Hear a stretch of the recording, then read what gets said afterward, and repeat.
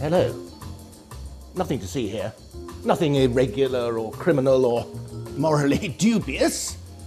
Just a quick inventory of this week's offshore assets.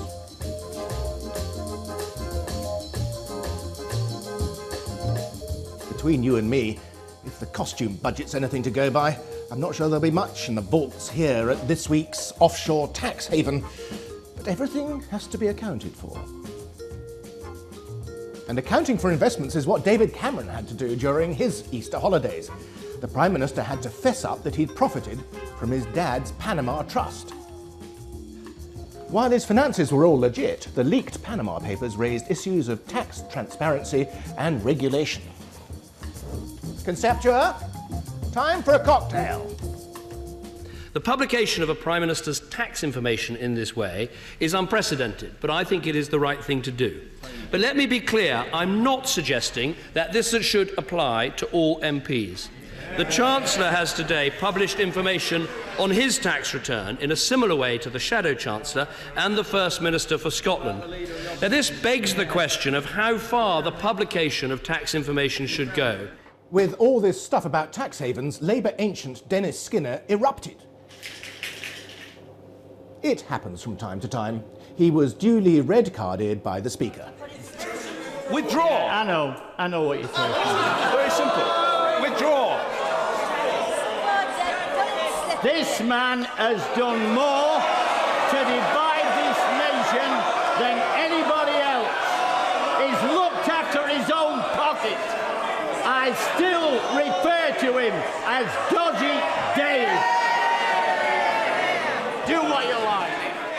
I order the honourable member to withdraw immediately from the House for the remainder of this day's sitting.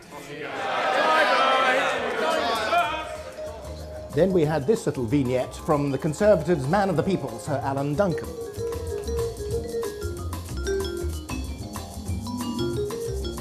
Oh, I say.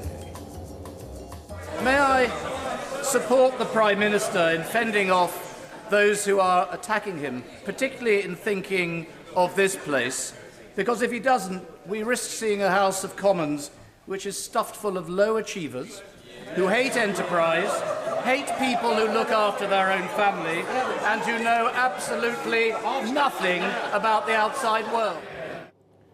With politicians' tax returns being published, the Prime Minister had a pop at Jeremy Corbyn, who filed his late. Well, I'm glad he wants to get on to our responsibilities to pay our taxes. I think that's very important. I thought his tax return was a metaphor for Labour policy. It was late, it was chaotic, it was inaccurate, it was uncosted. That's exactly Mr. Speaker, I'm grateful to the Prime Minister for drawing attention to my own tax return. There, warts and all, the warts being my handwriting, all being my generous donation to HMRC. I actually paid more tax than some companies owned by people that he might know quite well. Our steel industry is in peril. Labour is worried that steelmaker Tata wants to leave Britain within 4 months. The question of nationalisation is buzzing round Westminster, and the Business Secretary hinted that the government wasn't ruling out some form of intervention. The formal sales process begins today. I've been in contact with potential buyers, making clear that the government stands ready to help.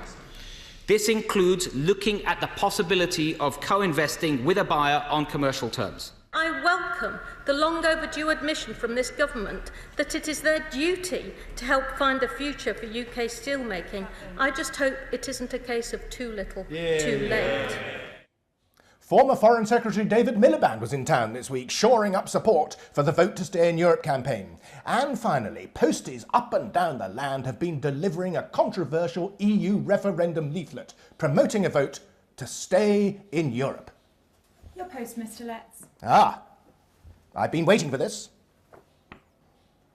This vexed the Brexiteers, who said public money was being used to push one side of the debate. And at PMQs, David Cameron was reminded of strong feelings on his own side about this leaflet. Over 200,000 economic migrants came from the European Union in the period for which we've got figures. And yet the propaganda sheet sent out to the British people claims we maintain control of our borders. Have we withdrawn from the free movement of people Or is that sheet simply untrue? The nation's been waiting for Jeremy Corbyn to lay out his deck chairs on the EU, and finally we've learned he's up for some R&R.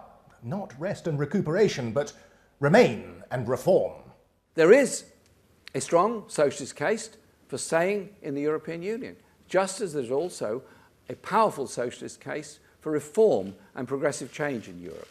That's why we need a Labour government to stand up at the European level for industries and communities in Britain, to back public ownership and public services, to protect and extend workers' rights, and to work with our allies to make both Britain and Europe work better for working people.